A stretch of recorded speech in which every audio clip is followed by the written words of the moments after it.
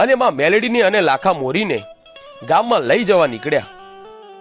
જ્યાં ગામના ચાપામાં પહોંચ્યા ત્યાં તો ગાંગીની આંખો ખુલી ગઈ અને જઈને જોયું અને પૂછ્યું કે આ બધું શું છે?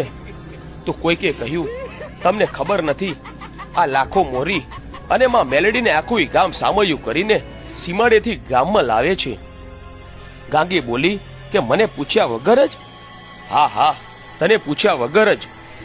હવે ગાંગીનો રંગ બદલાયો અને ક્રોધમાં તે લાલ ચોળ થઈ ગઈ.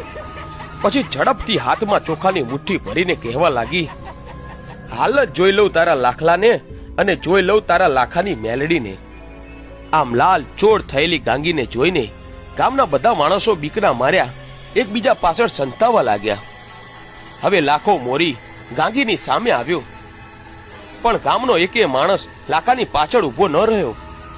પછી ગાંગી મંત્ર બોલી અને લાખા પર ચોખાના મુઠ્ઠીનો ઘા કર્યો અને ચાંપામાં જ તેને લાખા મોરીને પછાડ્યો. ધીરે ધીરે લાખો ઉભો થાય છે ત્યાં તો સવારનો સૂરજ ઉગી ગયો છે. લાખો માં મેલડીને અરજ કરતા કહે છે, હે માં, તે તો મને મોતના કૂવામાં ધકેલી દીધો. માં, તારે આવું જ કરવું હતું તો તે મને વચન કેમ આપ્યું? તારા વચને તો હું અહીંયા આવ્યો છું. ત્યાર પછી કહેવાય છે કે આકાશવાણી થઈ અને કેબી અવાજમાં માં મેલડી બોલ્યા, હે લાખા, સાંભળ, તું આ ગાંગીથી 12 ડગલા છેટો હટી જા. લાખો બોલ્યો, મારી 12 ડગલા કેમ?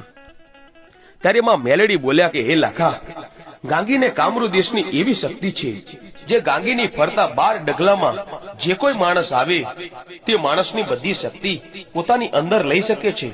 તેથી તું એનાથી 12 ડગલા છેટો હટી જા અને પછી ઉભો થઈને સૂર્યનારાયણની સામે ધૂળની મુઠ્ઠી ભરી મારું માં મેલેડીનું 3 વાર નામ લેજે અને મુઠ્ઠી ભરેલી ધૂળ ગાંગી પર ઘા કરજે.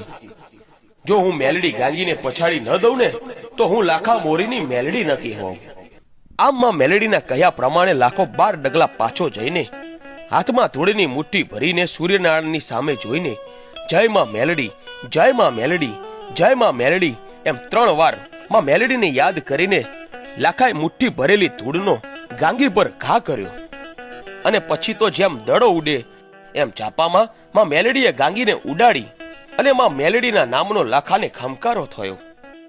આમ લાખા મોરીની મેલડીએ ગાંગીના ત્રાસથી ગામને છુટકારો અપાવ્યો. તો આ હતો માંડવા ગામની લાખા મોરીના મેલડી માનો ઇતિહાસ. મિત્રો, આવા જ ઇતિહાસ જાણવા માટે આજે જ અમારી આ ચેનલ A1 ગુજરાતીને સબસ્ક્રાઇબ કરો. ધન્યવાદ.